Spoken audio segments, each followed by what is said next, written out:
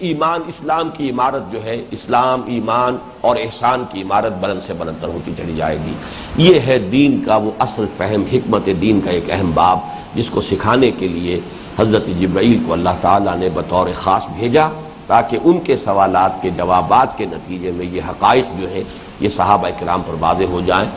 اقول قولی ھذا واستغفر اللہ لی ولکم ولسائر المسلمین والمسلمات۔ اما بعد فاعوذ باللہ من الشیطان الرجیم، بسم اللہ الرحمن الرحیم۔ رب اشرح لی صدری ویسر لی امری واحلل عقدۃ من لسانی یفقہوا قولی۔ اللہم صل علی محمد وعلی آل محمد کما صلیت علی ابراہیم وعلی آل ابراہیم انک حمید مجید۔ اللہم بارک علی محمد وعلی آل محمد کما بارکت علی ابراہیم وعلی آل ابراہیم انک حمید مجید۔ وصل وسلم وبارک علی جمیع الانبیاء والمرسلین وعلی ملائکتک المقربین وعلی عبادک الصالحین وعلینا معہم یا ارحم الراحمین۔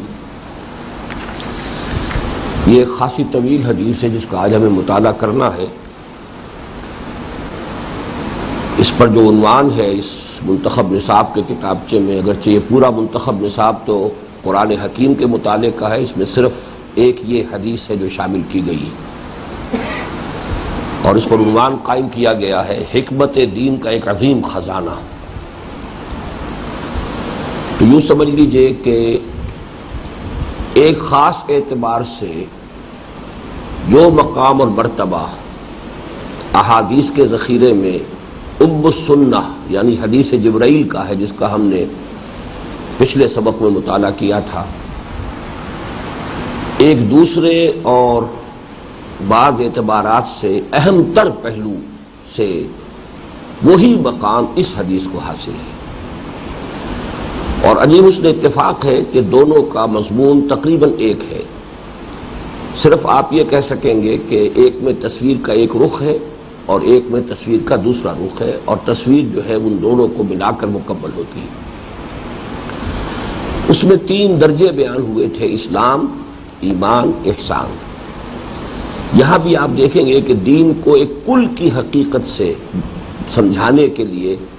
نبی اکرم صلی اللہ علیہ وسلم نے اس کے 3 حصے فرمائے۔ وہ بعد میں ہم دیکھیں گے کہ وہ تصویر کا وہ کون سا رخ ہے اور یہ کون سا رخ ہے۔ دوسری مشابہت اس حدیث کے ساتھ اس حدیث کی یہ بھی ہے کہ اس میں بھی شروع میں تصویر حال، ایک ورلڈ پکچر ہے کہ جو حضور کے اور صحابہ کرام کے اس ماحول کی ہمارے سامنے آئی۔ اس سے کہیں زیادہ مفصل وہ ورلڈ پکچر، الفاظ میں ماحول کا نقشہ کھینچ دینا، اور بعض پہلوؤں سے بہت ہی لطیف حقائق ہیں نفسیاتی اعتبار سے کہ جو اس حدیث میں ہمارے سامنے آتے ہیں۔ حضور صلی اللہ علیہ وسلم کی اپنی شخصیت مبارکہ اور صحابہ کرام کی شخصیت کے بعض بہت ہی اہم اور لطیف پہلو جو جماعتی زندگی کے اعتبار سے بڑے اہم ہیں، وہ اس حدیث میں ہمارے سامنے آتے ہیں۔ ایک تیسری مشابہت یہ ہے کہ وہ حدیث تو جو ہم نے اصل میں مجموعہ ہم نے زیر مطالعہ رکھا ہے، یعنی 40 نووی، اس پوری حدیث، اس طویل حدیث بھی اس میں شامل ہے اس مجموعے میں۔ پھر اس کا ایک پہلو جو ہے کہ اسلام کی تعبیر کیا ہے، وہ ہم نے دیکھا کہ حدیث نمبر 4 کی حیثیت سے یا حدیث نمبر 3 کی حیثیت سے وہ بھی اس میں موجود تھی، جو کہ حضرت عبداللہ ابن عمر رضی اللہ تعالی عنہما سے ہے، کہ جس میں اسلام کی حقیقت بیان کی گئی، بنی الاسلام علی 5 الی آخر الحدیث۔ تو اس میں جو فرق ہے وہ یہ سمجھ لیجئے کہ اس حدیث کے بھی 2 اجزاء آپ کو علیحدہ علیحدہ 40 نووی میں مل جائیں گے۔ ایک حدیث نمبر 8 ہے اور ایک حدیث نمبر 29، وہ بعد میں ہم پڑھیں گے، پہلے اس حدیث کو پڑھ لیں۔ لیکن یہ کہ اس میں بھی حدیث نمبر 8 جو ہے وہ حضرت عبداللہ ابن عمر رضی اللہ تعالی عنہما سے مروی ہے، اور دوسری حدیث انہی صحابی سے مروی ہے کہ جن سے یہ حدیث جو ہم مطالعہ کرنے چلے ہیں وہ مروی ہے۔ تو اس اعتبار سے گویا کہ 40 نووی میں بھی یہ حدیث موجود ہے، لیکن اس شکل میں نہیں ہے، صورت مختلف ہے، اور 2 اجزاء میں منقسم ہو کر حدیث نمبر 8 اور حدیث نمبر 29 پر یہ مضمون جو ہے اس حدیث کا موجود ہے۔ البتہ جہاں تک سند کا تعلق ہے، حدیث جبرائیل کی سند بہت قوی ہے، وہ متواتر احادیث میں سے ہے۔ اس حدیث کا معاملہ وہ نہیں ہے، اس کی وجہ خاص سمجھ میں آ جائے گی کہ یہ معاملہ ایسا ہے کہ جو حضور کا ایک خاص صحابی کے ساتھ خلوت میں پیش آیا، جبکہ وہ واقعہ وہ تھا کہ جو ایک مجلس میں صحابہ کرام کی موجودگی میں پیش آیا تھا، لہذا اس کی روایت آپ کو حضرت عمر سے بھی ملی، حضرت ابو ہریرہ سے بھی ملی، عبداللہ ابن عباس سے بھی ملی، حضرت عبداللہ ابن عمر سے بھی ملی، اور بھی بعض صحابہ سے ملی، اور وہ حدیث کے تقریباً تمام کتابوں کے اندر وہ حدیث موجود ہے۔ لیکن یہ حدیث جو ہے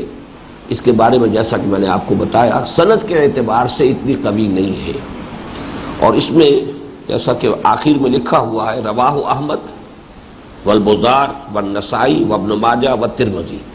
وقال حدیث حسن صحیح، مطلب یہ کہ صحیحین میں یہ حدیث موجود نہیں ہے، اور اس کی جو روایت جو کا ایک ٹکڑا جو ہے جو حضرت معاذ بن جبل سے ہے، وہ بھی جو کہ 40 نووی میں ہے، وہ بھی غالباً ترمذی سے ہے،